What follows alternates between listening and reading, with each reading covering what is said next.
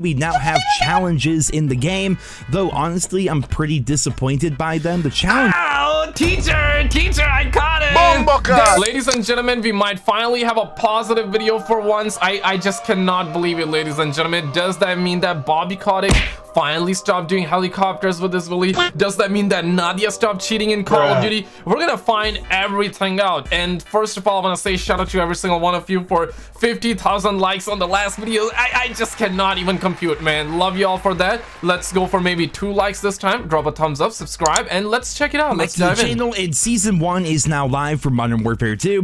The focus of this video is going to be reviewing all the changes and all the content for the game and whether or not these changes are actually good. Does Season... Ow! Is it good? Is it not? We're gonna see. The one suck? Well, so far, it's actually not too bad. It's definitely improving upon the base game. I think it's safe to say that the base game felt a... Do you think that Bobby actually gave him like 10,000 Call of Duty points or what? A little bit lackluster at launch. We didn't have barracks. There was no stat tracking. There were no challenges. Basically, the only thing to do was to level up your guns and go for weapon camos. And we had like 10 maps to do that on if you don't count Invasion or Ground War. So the base game, I will say, felt good, but it was very bare bones. And honestly, over a little bit of time, it started to feel pretty lackluster. And I was just waiting for...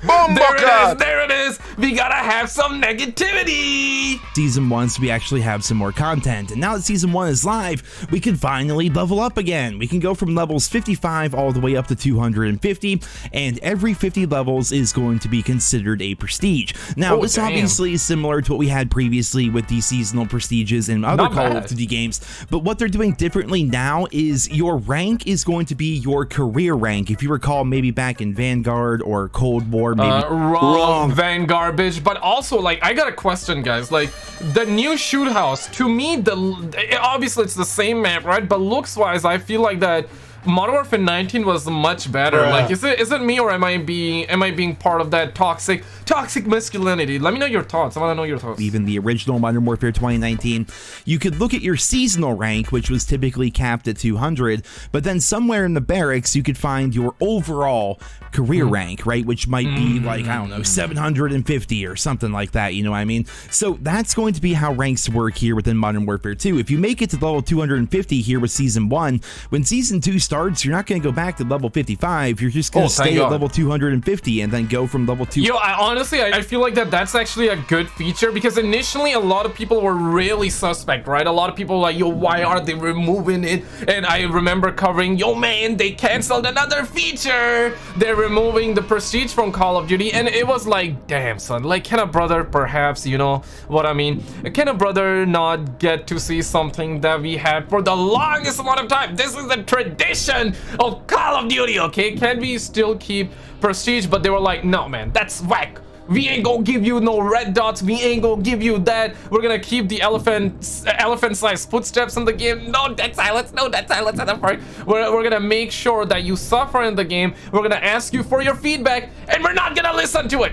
That's what they did. No prestige, but now they are actually bringing in these seasonal ranks and seasonal prestige. It's like they're gonna give you more ranks. It's not necessarily prestige per se, where you're gonna like prestige, you're gonna enter prestige and it's gonna reset. It's not that. It's basically like, hey man, you're just gonna keep on progressing, and we're not gonna take your ranks back, which is, I feel like that's actually kind of decent, man. I like that. I like that. 250, presumably up to level 500 if you get all your levels throughout Season 2, right? So that's actually kind of cool. You'll eventually be seeing a bunch of people in our games, considering it's going to be a 2-year game, there could be like level 2000 or something like that. So I have to wonder if they're going to do a stat squish at some point, but we can finally level up again. XP actually means something again, and I'm actually pretty happy about that. And speaking of XP, we now have challenges in the game, though honestly, I'm pretty disappointed by them. The challenge... Ow! Teacher, I caught it! There it is, boys. There it is. This is where, boys, we gotta have 2 minutes of positivity, but then we're gonna dive into some negativity. Boys, I'm hyped, man. I'm hyped. And I'm already seeing videos. People are actually saying that DMZ is like really good. I know, hard to believe. I know, oh my god, like hard to believe that something is finally like good. But I'm also seeing some toxic videos that it is trash. We're gonna actually check them out, but today I want to keep it positivity. But man, listen, be diving into some negativity video. Gotta get toxic. For starters here are horribly hard to find, right? The UI was apparently fixed with this update. I don't see it. I don't see how the UI is any better really whatsoever. In fact, if you want to find your challenges in this game, you have to go to customize and then from there go to calling cards. And then I don't see it. I don't see it. Once you're in that menu, that's where you can find the challenges. The challenges themselves are really just bare bones and basic and grindy. It's like get 10,000 kills, get 1,000 melee kills, call in X amount of kill streaks. You know, there's a bunch of challenges for DMZ as well. And yeah, those are basically all the challenges in the game. There's a lot of them, but it's mostly just stuff you'll get if you grind the game a lot over the course of the coming years, like 5,000 assists, 10,000 kills, you know, whatever amount of kill streak kills, whatever amount of vehicle blow ups. You know what I mean? Like, what about like having 10,000 Call of Duty points from Bobby Kotick? Like, do you get a calling card like that? I'm pretty sure there has to be. Basically, stuff you do in game. The more you do it, you'll eventually do the challenges. And as far as we can tell, there is no 100%er. Now, one thing that there is, however, is we're going to see the return of prestige challenges. Now, what prestige challenges are is every time you hit a new prestige within a given season, you will be presented with these prestige challenges. And if you do all the prestige challenges throughout a given season, you will unlock a calling card. There it is, boys. Activision, Call of Duty 2.0. I like it, man. That's actually very good, bro. That's very good. Activision, good. Best company. There you guys go. I was really hoping it'd be something different, something better. In Modern Warfare 2019, we had this animated emblem that would slowly get crazier over time. Even then, that wasn't all that cool. And now we get a calling card. And the thing about calling cards, right? Like, I get that they make you stick out a little bit if the person that's in your lobby understands what you had to do to actually acquire that calling card.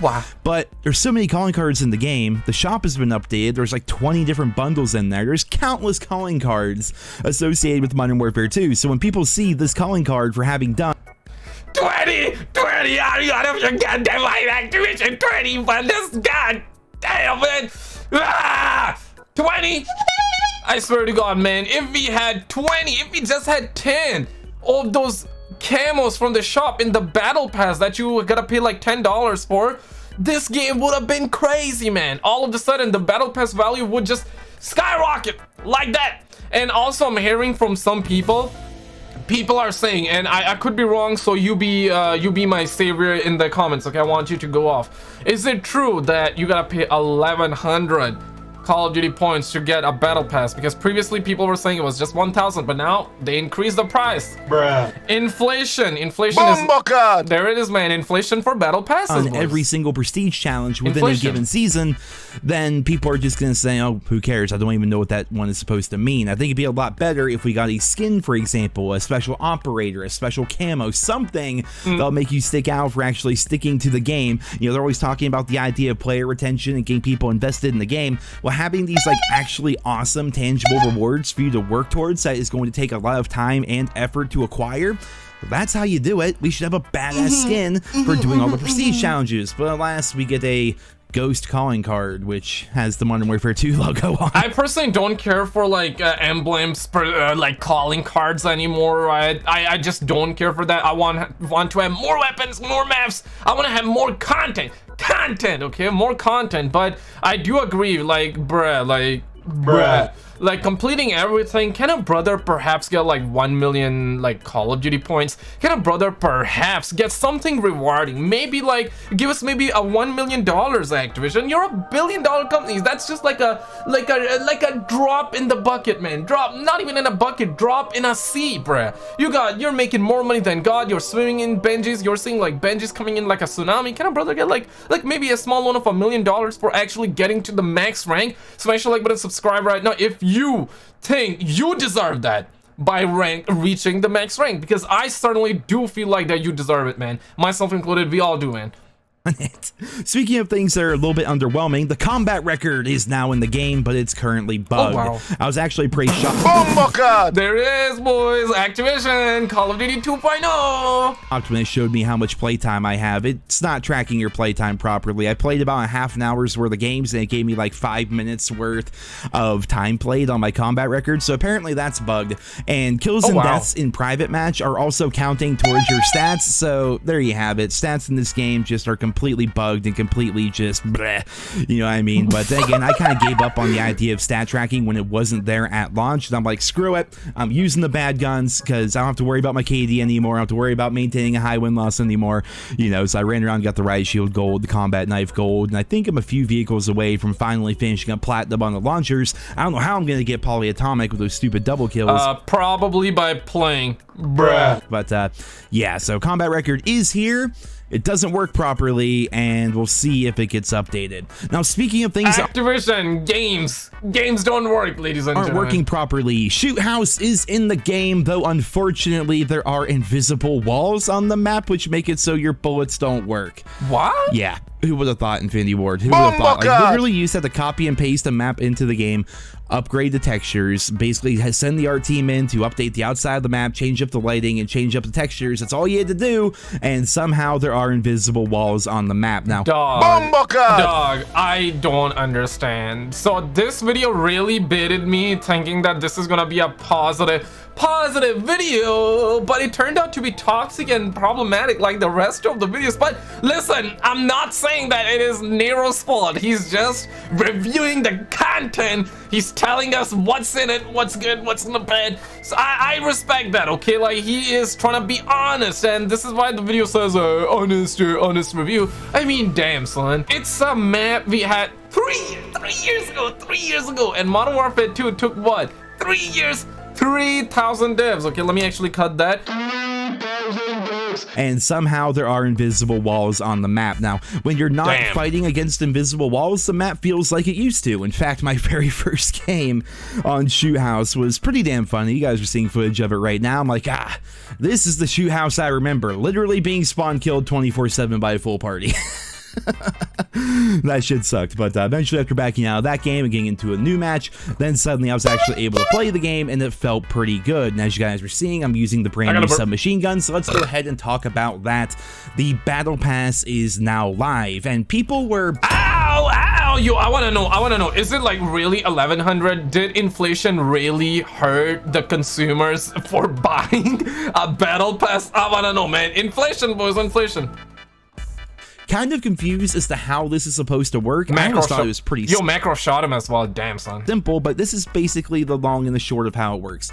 You start off with one sector of the battle pass, and from there, these battle pass tokens that you get for playing the game and leveling up and things like that, you use those tokens to then purchase things from that sector. You get the 4 things at the bottom, then you get the thing at the top. Every sector requires 5 tokens. Then once you're done with that sector, you can move on to your choice of any adjacent sector. Oh, wow. So if you're like me and you want to get the new submachine gun kind of early, you went from the first sector to the second sector and basically just made your way towards where the new submachine gun was, and then from there you made your way towards where the new sniper rifle is. You know what I mean? So basically it allows you to get everything on the battle W or L thoughts, boys? pass. Of course, you can buy tier skips and stuff like that. I got the vault edition of the game because I'm an asshole who wanted the double weapon XP because leveling. There it is, boys.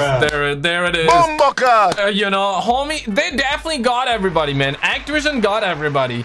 You know, people are legitimately paying $30 extra, sometimes 40 even. It depends on where you at in the world, right? You're paying that much to just get like double XP extra, and some people didn't even get that. Bruh. And then they went ahead and gave everybody free double XPs. I mean, damn, son. It just takes forever in this game, especially with rocket launchers and riot shields. I don't blame you. I don't blame you, If you have homie. the vault edition, you get 50 of those tokens. You can buy tokens if you would want to, but basically if you play the game over time, you will be getting enough of those tokens to eventually unlock everything on the battle pass. But what's interesting is you're actually able to go the route that you want to get and get the stuff that you want a little bit faster. It's not like back in the day where you had to wait till tiers what was it, like 15 and 31, I don't remember, for the DLC weapons. You can just go right for them now if you would like to, and I think it's actually a pretty good change. And I also think the new customization, I like the creativity, but like so far I didn't have time to actually launch the game. I haven't started playing yet. I'm gonna be actually checking it out. I'm gonna be checking out the content in a bit as well, but so far from the looks of it, it seems a little complicated, but it feels a little bit creative. So I'm like kind of like in the middle. I'm gonna play and check it out, like if it's good or not, because by far, like for now, it's looking that it's a little complicated. I'm gonna be burning some brain cells, but eventually, you know, I'm gonna love the creativity part of it, because obviously at the end of the day, 3,000 devs decided to come make a battle pass, right? You know what I'm saying? So I gotta be good, guys. This is their bread and butter, so and stuff that we find on the battle pass is actually really interesting. We have weapon screens, which are basically going to be like watches, but they're going to be on your gun. And it makes sense because while watches were pretty interesting when we had them in previous Call of Duty games, you know, they're on your character's wrist. You can barely see them, you know what I mean? Like, it's not really all that big of a deal. So now they're taking the functionality of those watches and putting them actually on your weapon. It does replace your weapon charm, but I think it looks pretty good. We also have things like the large decals, which add a bit more variety and a bit more customization to the weapons themselves. I think it's actually... Yo, any of you actually care about like those Tamagunchis? Like, I remember people paid like $20 in order to get that, bro. I can go to China right now, bro. I can get billions of watches for $20. Bruh. Billions! And I can come back here and sell all of them and make $2 billion, bro. $2 billion. I mean, damn, son. $20, and now they're gonna be putting that on the weapons. I think it's cool. It's cool, you know. It is cool. But do you care? Do you not care? You're like, eh, whatever. Let me know, man. Where you at? Where you at? Actually, a pretty good change, and overall, the battle pass is better than what we had previously. Now, moving along here, Tier 1 is now in the game. If you're somebody that's been waiting to play Hardcore here within Modern Warfare 2, well, Hardcore has been renamed to Tier 1, and yeah, so I've been saving my M16 to level up in there because I've seen how bad it was. I'm like, I am not using the M16 in core, and also leveling up your pistols. And you know, if you have gold on the riot shield, for example, it's actually... I just cannot compute, because mostly everyone, I believe even JGod, NerosCinema, also Equalize Espresso. I'm not sure about Equalize Espresso, bruh. But what's his name? What's that mofo's name? I forgot. Exclusivist. Yep, Exclusivist. They're all saying that, yo, man, M16 is considered to be the worst weapon in the game. My guy, I just cannot even compute that, because for the longest amount of time in Call of Duty, M16 has been considerably the best weapon, if not one of the best, and now it's considered like the worst gun. I cannot compute. I'm not believing that, bro. Actually, a massive pain in the ass. To get platinum on the riot shield, you have to get 2 kills within 10 seconds of each other 10 times. And while it's not that hard to go on a 2 kill streak with a riot shield, getting 2 kills within 10 seconds in core game modes where you have to go bop bop, then bop bop one more time, like, that's hard to do. So Hardcore is gonna make what? Like what? Like bop bop? That a little bit easier, I would presume, you know. So I think Tier 1 is gonna be pretty popular as people are grinding to level up their weapons, to get new attachments and get new camos and things like that. So yeah, that is in the game now. And finally, if you guys are wondering about Warzone 2 and DMZ, I will have those be featured in separate videos. The focus of this video here today is simply just recently, damn, son, skill-based matchmaking ended up getting canceled by all the Twitter army. Click on this video on the screen. Don't miss. It's a must-watch video, and I will see you right there. Subscribe.